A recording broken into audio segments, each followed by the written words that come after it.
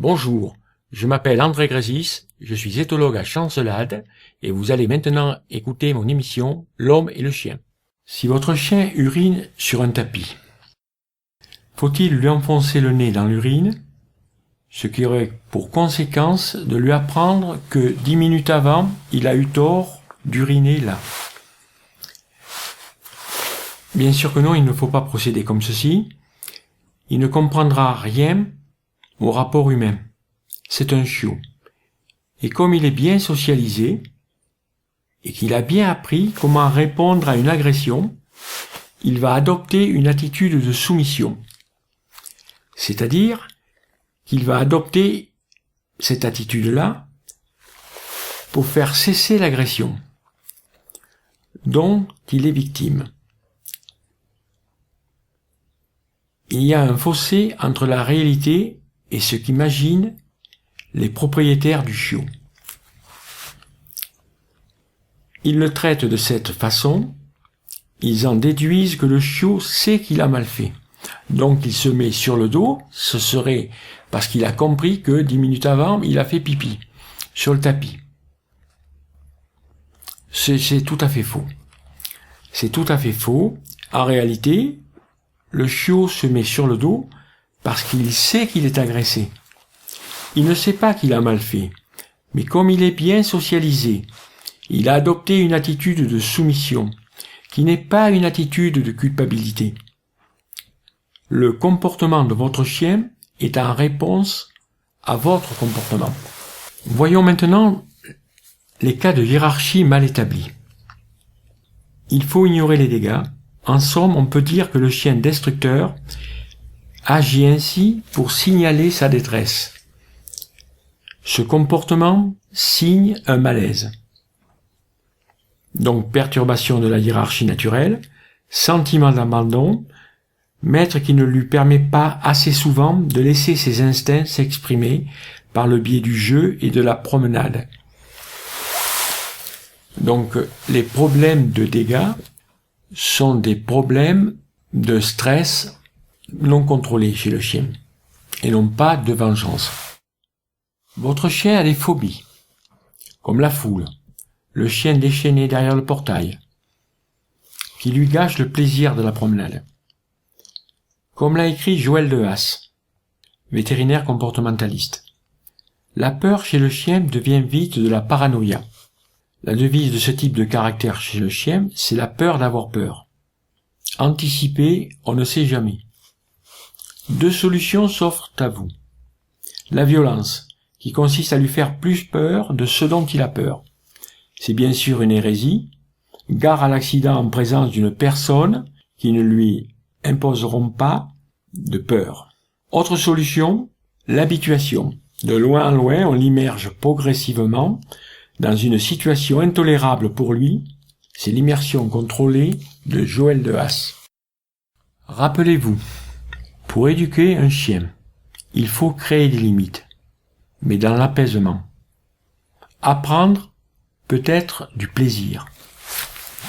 Et je vous cite deux célèbres comportementalistes, Paris et Muller. Ce que l'on croit être un problème de hiérarchie est souvent un problème de communication. Donnez-leur plus que de l'amour, du respect. Ils vous le rendront 1000 fois. Bien se rappeler que le cerveau du chien connaît de nombreux remaniements au cours des premières semaines. À la naissance, il est composé de nombreuses neurones, 1 milliard environ. Une synaptogénèse intense se réalise pendant les semaines suivantes. Puis, une phase de maturation de ces synapses apparaît, suivie par une phase de destruction des contacts cellulaires non simulés. Cette phase de destruction entre la 5e et la 16e semaine du chiot. Il est nécessaire donc de stimuler le chiot de façon précise et variée. Vous avez sans doute entendu des tonnes d'idées reçues, et notamment celle-ci. Il ne faut pas punir le chien avec la même, utiliser un journal éventuellement. Bon, c'est une simple folie, ceci.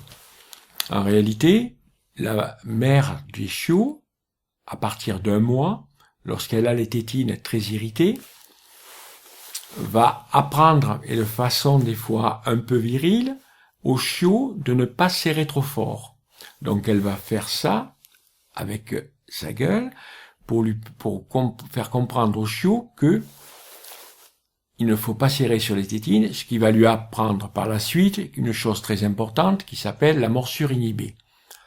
Mais rappelez-vous, au début, la mère utilise aussi la gueule pour stimuler les fonctions digestives en les léchant.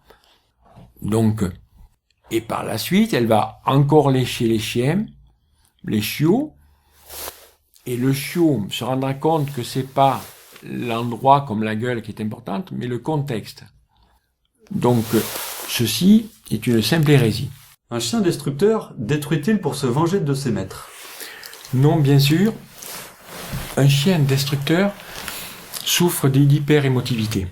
C'est-à-dire qu'en réalité, quand il va commencer à détruire, tout de suite dans le quart d'heure où vous allez partir, ça n'est pas pour se venger, bien entendu, simplement que dans son esprit à lui, il ne veut jamais plus vous revoir.